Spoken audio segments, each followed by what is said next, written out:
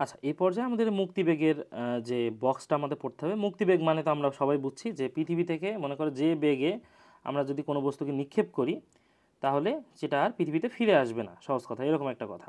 কিন্তু শুধু কি পৃথিবী থেকে মনে করো নিক্ষেপ করার বিষয়টা না, এখানে একটা বক্স আছে, সে বক্সটাতে আসলে কত বেগে নিক্ষেপ করলে কোনটি পৃথিবীকে পরিভ্রমণ করবে, এটা আসলে প্র্যাকটিক্যাল প্রয়োগ হচ্ছে কি, যে মনে করো যে সাপোজ আমার এটা মনে করো পৃথিবী, পৃথিবী থেকে কিন্তু ফার্স্টে কোনো রকেট উৎক্ষেপণের ক্ষেত্রে ফার্স্টে একটা নির্দিষ্ট উচ্চতা পর্যন্ত নিয়ে যাওয়া হয় একটা রকেটের সাহায্যে। দেন সেক্ষেত্রে কিন্তু কৃত্রিম উপগ্রহ হোক বা যেগুলো হোক সেগুলা মনে করা হচ্ছে এখান থেকে ছেড়ে দেওয়া হয়, ঠিক আছে। দেন সেটা একটা নির্দিষ্ট বেগ দিলে কোনোটা পৃথিবীকে পরিভ্রমণ করে, কোনোটা পৃথিবীকে পরিভ্রমণ করে একটা পরিভ্রমণ করে পৃথিবী থেকে দূরে সরে যায়, ঠিক আছে। কোনোটা দেখা গেল পৃথিবীতে আবার ফিরে আসবে, কোনটা কিভাবে হবে। তো এটার ক্ষেত্রে সেই মানে লাইনগুলো এখানে দিয়েছে, আমাদের বলতে হবে যে এখানে কত বেগে ছাড়লে সেটা কিভাবে পৃথিবীকে মানে প্রদক্ষিণ করবে বা পৃথিবীতে ফিরে আসবে, সেটা হলো কথা। তো এখানে আমাদের এই লাইনটুকু জানতে হবে। তো এটা আমরা কিভাবে মনে রাখবো, খেয়াল করে দেখো, একদম সহজ। এখানে মানগুলো কি দিচ্ছে সেটা তুমি খেয়াল করে দেখো। দেখো এখানে ফার্স্টে মানগুলো দিচ্ছে হচ্ছে মনে করো ভিই স্কোয়ার। ভি মানে কি, ভি হলো মুক্তিবেগ এবং এসকেপ ভেলোসিটি, এবং আমাদের পৃথিবীর জন্য সেই এসকেপ ভেলোসিটি কত, 11.2 kilometre per second, 11.2 kilometre per second. তো এখানে বলতেছে ভি এ স্কোয়ার ডিভাইডেড বাই 2, এটাকে আমরা বলতেছি হলো 7.88, 7.88 kilometre per second, kilometre per second. তাহলে ভি স্কোয়ার বাই 2 এটা নিয়ে কাজ করছে। হ্যাঁ, এখন এখানে যে লেভেলটা এখানে দেয়া হচ্ছে, দেখো কোনটা কত বেগ, সেটার ক্ষেত্রে এভাবে দেওয়া হচ্ছে, একটা হলো 7.88 কিলোমিটার পার সেকেন্ড, একটা হচ্ছে 7.88-এর কম, একটা হচ্ছে 7.88-এর কম, আর একটা দেওয়া হচ্ছে 7.88, আর একটা দেওয়া হচ্ছে 7.88 থেকে জিনিসটা হচ্ছে 11.2 কিলোমিটার পার সেকেন্ড।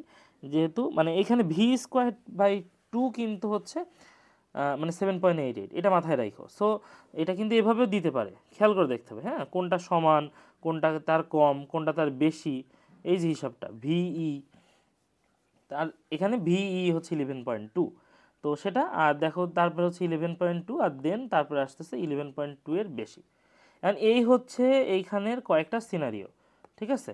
এখন কোনটা কি বেগে যাবে এটা এইভাবে আমাদের মনে রাখবো, মানে পৃথিবীকে কোনটা প্রদক্ষিণ করবে, কোনটা পৃথিবী থেকে দূরে সরে চলে যাবে, সেটা হলো কথা। তো আমরা এইভাবে পড়বো যে উপবৃত্ত, উপ অধিপরা, উপবৃত্ত উপ অধিপরা, উপবৃত্ত উপ অধিপরা, সিরিয়ালি জাস্ট 7.88-এর কম 7.88, 7.88 থেকে 11.2, 11.2, তারপর 11.2 এর বেশি। তাহলে তারপর পড়বো উপবৃত্ত উপ অধিপরা। আমরা বুঝতে পারছি যে 11.2 এটা হচ্ছে যেহেতু মুক্তিবেগ, ঠিক আছে। তাহলে মুক্তিবেগ যখন হয়ে যাবে তখন তো সেটা পৃথিবী ছেড়ে চলে যাবে, ঠিক আছে। তাহলে পৃথিবী ছেড়ে চলে যাবে, বুঝতে পারছি এই দুটা, তাহলে পৃথিবী ছেড়ে কিন্তু এটা চলে যাবে, ঠিক আছে, চলে যাবে, এটা হলো কথা। কিন্তু মানে এইগুলা হলো দেখো একদম 7.88 যেটা, এটা হলো প্রদক্ষিণ করতে থাকবে কিভাবে, উপবৃত্তাকারে প্রদক্ষিণ করতে থাকবে। তো এটা হলো প্রদক্ষিণ করতে থাকবে কিন্তু। আর বৃত্ত এটাও প্রদক্ষিণ করবে পৃথিবীকে কিন্তু বৃত্তাকারে, যেটার একটা উদাহরণ হচ্ছে চাঁদ। অর্থাৎ তোমার কোশ্চেন আসতে পারে চাঁদের মতো এটা উপগ্রহে পরিণত হবে কত বেগে নিক্ষেপ হলে, ঠিক আছে।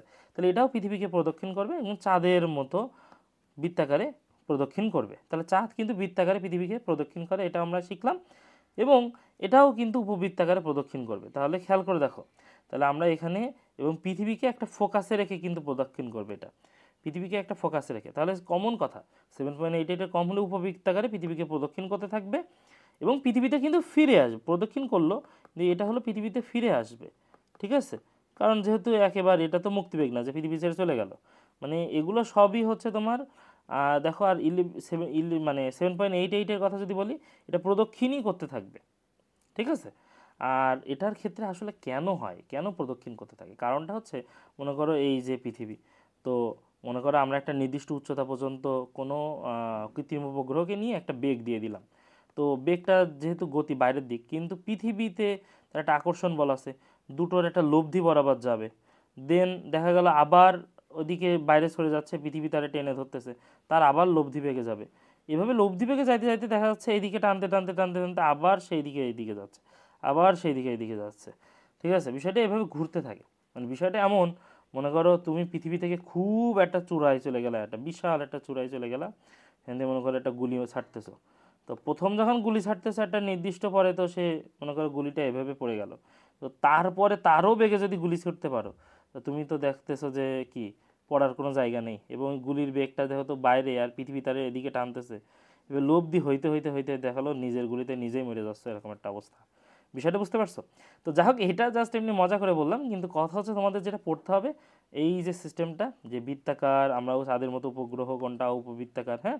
তাহলে উপবৃত্ত উপ অধিপরা, উপবৃত্ত উপ অধিপরা, ঠিক আছে। আর একটা কোশ্চেন আছে বোর্ড পরীক্ষার কোশ্চেন, যেটা কৃত্রিম উপগ্রহে কখন পরিণত হবে?